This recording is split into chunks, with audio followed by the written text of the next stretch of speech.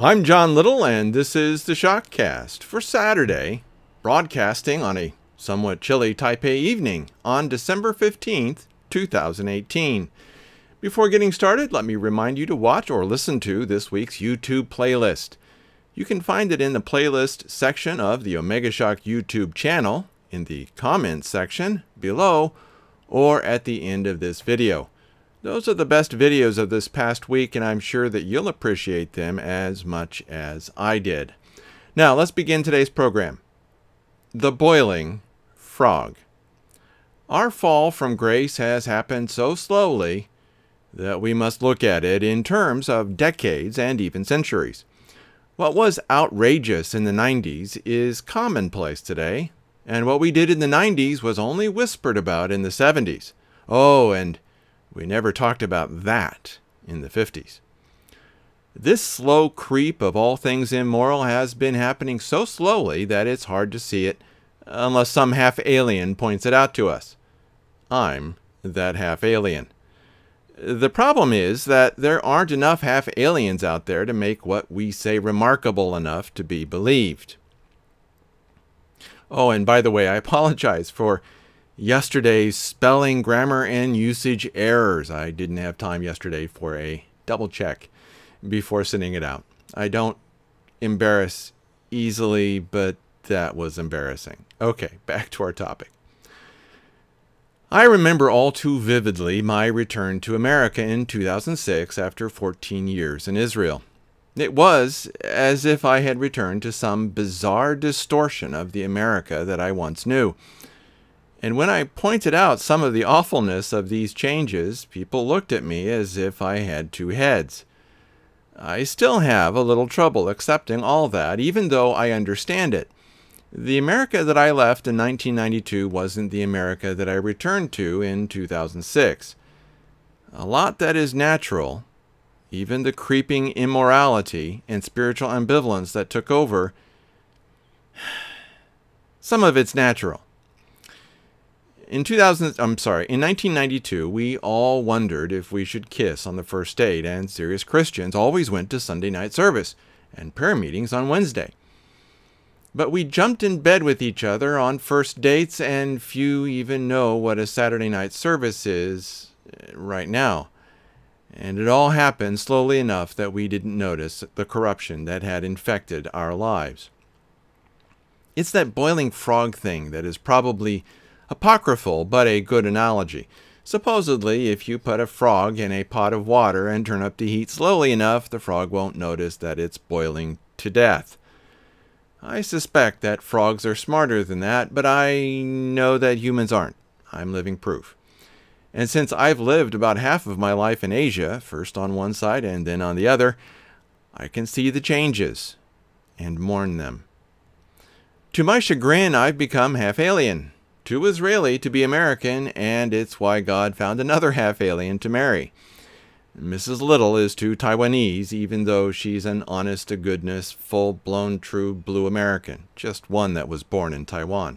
I find it ironic that she lived in Asia only a little longer than I have. Anyway, my point to my American brothers and sisters is that you find it hard to see God's judgment coming for America, because the corruption of America has happened far too slowly to see it actually move. Take that brouhaha over that horrible song, Baby It's Cold Outside. That song is about a man trying to seduce a woman into having sex with him. Yet there are Christians fighting to have it put back on the radio. Doesn't that tell you something? Take it from this half-alien that it really does. Now we get to what I consider to be the most important part of the ShockCast, the news and analysis from this past week. I wrote the previous bit on Friday, but what follows comes from all the other days of the week. However, before going on, take a moment to click the subscribe button below and hit the bell to be notified when the next ShockCast happens. Those of you listening via MP3, make sure that you are subscribed to the Shock Letter at theshockletter.com. And there's a good reason to be subscribed to the Shock Letter, since I usually do not have the time on the ShockCast to talk about more than just a tiny bit of the news that I analyze on the Friday post. So subscribe to the Shock Letter and get all the news and links that I analyze for absolutely free every Friday. Subscribing and unsubscribing is simple and easy, and there's no way that I would ever share your email with anyone, period. I'm not in this for the money, and never will be. If you signed up and are not receiving the Shock Letter on Friday or the notice of this ShockCast on Saturday, check your spam folder. Thankfully, Microsoft has stopped blocking the Shock Letter. Why they keep doing that is a mystery. Oh, and another example of why I am not in this for the money is my book, Ezekiel's Fire. It represents a gigantic amount of hard work, but I'm giving it away for free. And you can find it at ezekielsfire.com. Please read that book. It might save your life. Now, let's get on to the stuff that I really wanted to talk about. And this first one is one of the biggest threats to our current civilization is our lack of preparedness for the decline in cheap energy. And this article points out one of the symptoms of the arrival of peak oil. And it's titled, "Has Peak Diesel Arrived? The Data Doesn't Look Good," from SRS Rocco Report. This article provides an example of why it will be hard to see what is really going on with crude oil. Politicians always claim this, that, or the other instead of talking about what is really happening.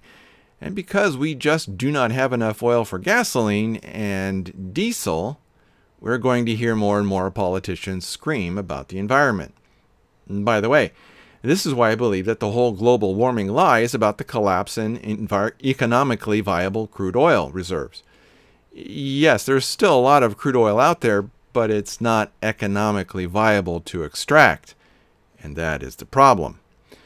We're in so much trouble that I sometimes can hardly believe it, and we did it to ourselves. First by ignoring it, then by lying about it. Finally by killing each other over it, which is what we will be doing, and history shows that we do this every single time. This next one is a snapshot of some of the incredible darkness within the Central Intelligence Agency. It's titled, "The Internet is Crowdfunding the Release of 4,358 Secret CIA Mind Control Documents from and on the Motherboard." This is about MKUltra. I first saw this particular bit of information on the utterly revolting and disgusting UK newspaper, The Sun. And I was immediately assaulted with images of naked women in the sidebar. The UK has a horrifying batch of vile newspapers that use pornography to sell their news, and they should be ashamed of themselves. Well, the topic of the title, the topic of what I'm talking about here was so important, so I went looking for other sites with the same information, but without the porn. This is one of the best articles in my rather short search, and it talks about CIA documents on MKUltra that are still being withheld from the public. They deleted almost all the evidence of their evil crimes, but they missed a couple boxes that were misfiled in the wrong place. May God bless the person who probably did this deliberately. Anyway, a young man created a website for documents like these called the Black Vault. And you can get access to these documents yourself, and I'll provide a link a bit later. The thing that gets me is that the dirtbags running the CIA have been doing the most horrifying experiments that you can possibly imagine in an attempt to find out ways to control you. Some of their experiments were to control specific individuals, to give them the ability to program them to carry out assassinations and whatnot after receiving coded messages. I have written about this rather extensively for at least 5 years, out of the extreme horror that I felt after seeing what the CIA had been doing. And the recently dead George Bush Sr. was a big part of that program. That man burns in hell and will pay for every horrifying evil that he did for eternity. Well, John Greenwald has been doing his very best to get every single document that has not been destroyed, and it looks like he will succeed where others have failed, and I pray that he is successful. Just remember that those documents represent the tiniest fraction of the horrifying crimes of the CIA.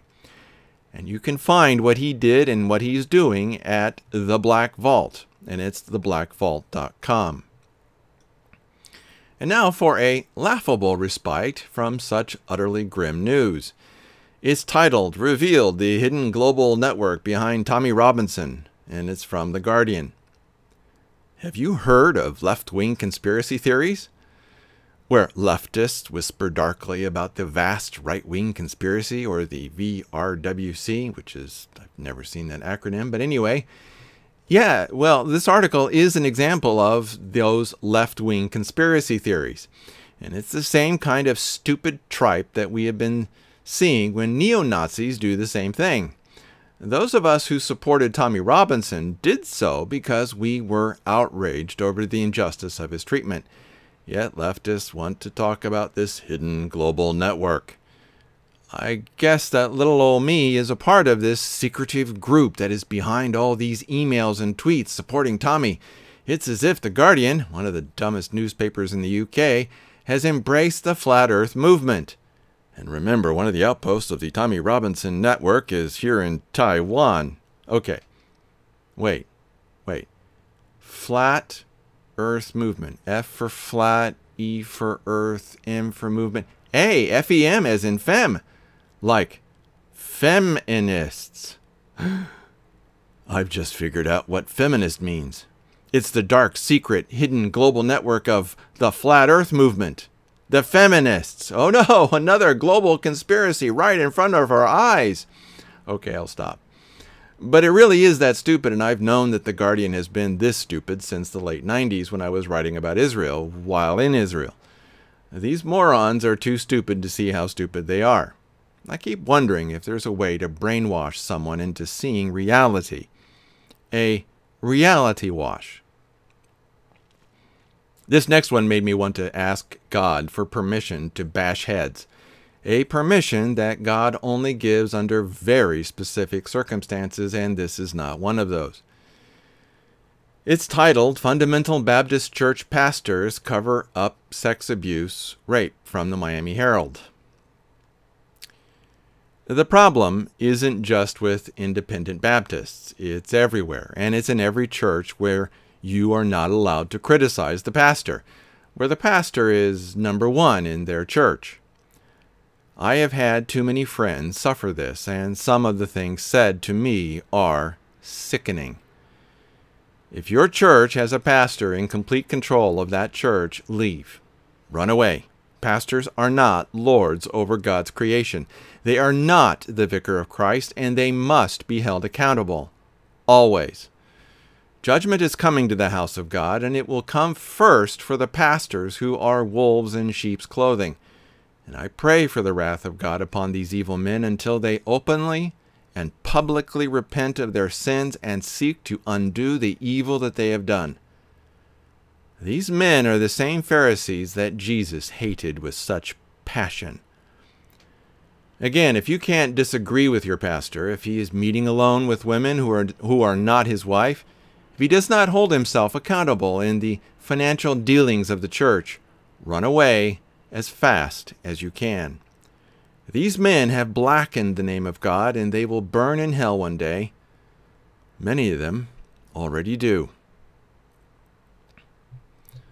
This next one would make me laugh if I wasn't grinding my teeth at the same time. It's another conspiracy theory, and it's nauseating. And it's titled, Today we salute the 400,000 people involved in faking 6 moon landings, from Imgur. And it's a humor piece. But please, let's not forget the flat earthers and the millions of people that would be required to keep their mouths shut to make their conspiracy theory possible. Please, flat earthers, how many people would it take? You can count, I think, at least on more than just 2 hands.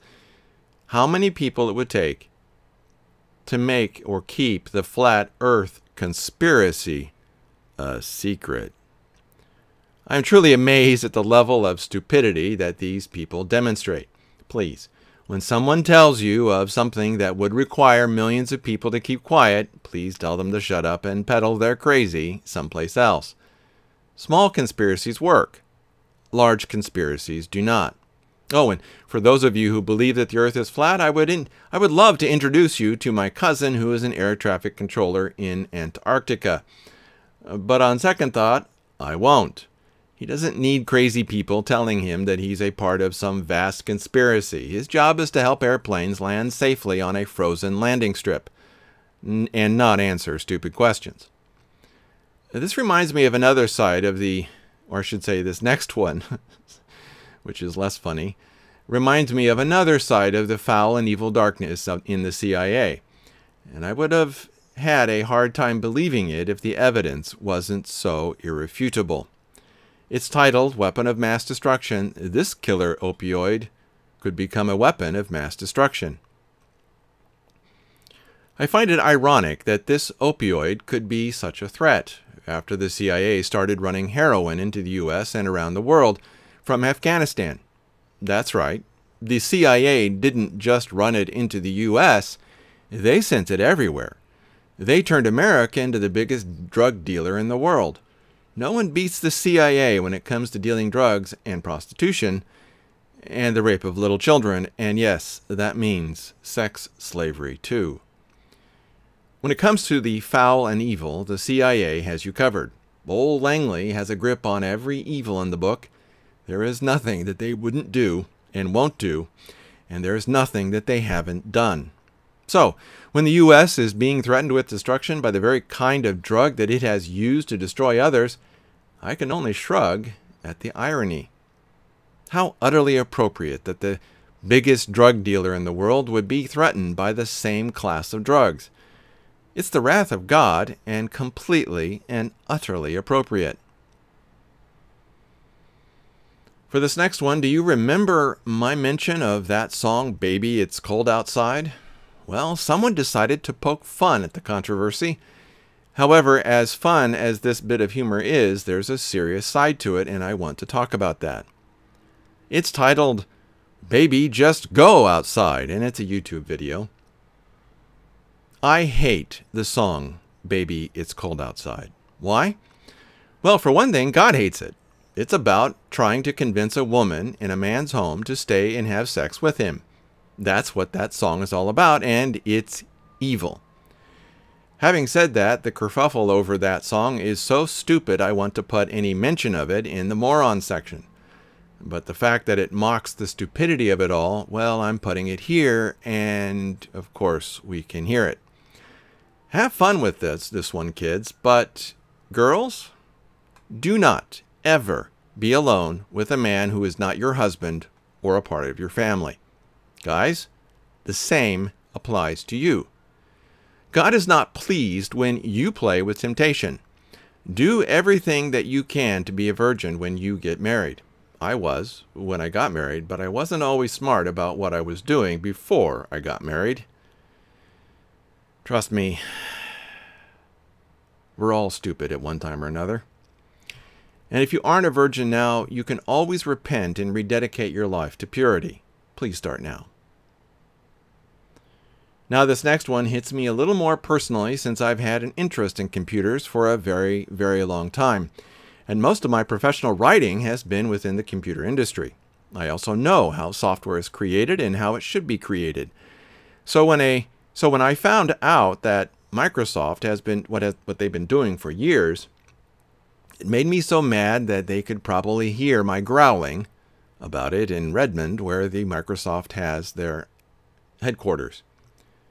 And it's titled, Now Windows 10 has C, B, and D updates. What is Microsoft smoking? Mrs. Little alerted me to some problems with Windows 10 that people might still be having. So I did some searching and found this little gem. And it's the article that we're talking about. Quote, in other words, Microsoft is using people who click the check for updates button as beta testers for quality fixes rather than relying on the Windows Insider program and its release preview ring. It's bizarre, and it's the same bad decision that made Microsoft roll out the unstable October 2018 update to many Windows 10 users who didn't want it. Close quote. So, how did you feel about being an unwitting guinea pig for Microsoft? How do you feel about being tricked into installing poorly tested updates that might damage your computer? No warnings, no nothing, just a nice friendly button that might destroy irreplaceable files. What a bunch of disgusting, foul, and evil dirtbags, and stupid, drooling, idiot stupid. I mean, I was mad at having to install Windows 10 when I built a new computer 2 years ago, and now this. It almost makes me want to switch over to Ubuntu, which is a Linux derivative. I spent a lot of time in the software industry, and I got to know how software development and deployment was supposed to work. And Microsoft's behavior smacks of criminal stupidity of the worst kind. Is anyone up for a class action lawsuit? I'm ready to do that myself, so count me in if you're thinking about it. Okay, this next one is one sign of the decline of a society, and it's in how they treat the elderly. And a new 2 links to talk directly to that. This one, it's titled, Florida Nursing Home Escapes Penalty Despite Staff Causing Patient Deaths.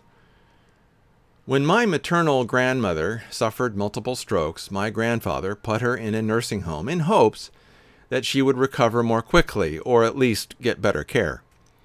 But that nursing home quietly offered him a special service. They were willing to hasten her death if that's what they wanted.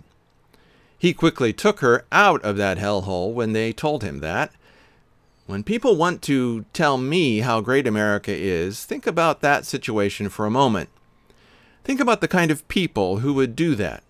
And when you think of all the other evils that are rightly laid at America's door, then you'll know why I will never think of America as a great country. Ever. And then a smaller update. Man 84 died after nursing home failed to bathe him and his genitals rotted off. I can hardly say that. And this is more about that nursing home thing. And I wouldn't be posting that one, except for one of the pictures in that piece. If you scroll down a third of the way in that article, you'll see a picture of the nursing home. It looks exactly like the one that wanted to kill off my grandmother, except that this one is in Florida, and the one that wanted to murder my grandmother is in Indiana. Isn't it nice to know that evil in America has been spread so far and wide?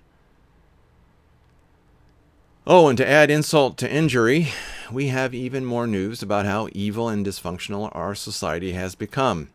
This link is titled, Tinder and OkCupid have given up on finding you a soulmate. Their ads even admit it, from Laredo Morning Times. Yes, we've reached yet another milestone in the decline of America. It's DTF, or down to F, as in F-U-C-K. When I left the U.S. in 1992, the question on every single guy's mind was, do you kiss on the first date? When I returned in 2006, that wasn't the question anymore. Even for Christians. That's right, Christians. We're jumping into bed with each other on the first date, and now we see another step deeper into the sewage pool, aka cesspool. Quote, if you've seen ads for OkCupid or Tender recently, you might notice something conspicuous. There's little mention of love or partnership. Instead of trying to convince users that their perfect match is just a click or swipe or wink away, OkCupid and Tender are touting the joy of meeting new people yet remaining unattached. And as an aside, not just unattached but willing to sleep with you. Excuse me. Moving on with the quote. Both brands are advertising in high-traffic areas in Washington. OkCupid has its edgy DTF ads. Remember what DTF stands for? What I just said? Down to F-U-C-K?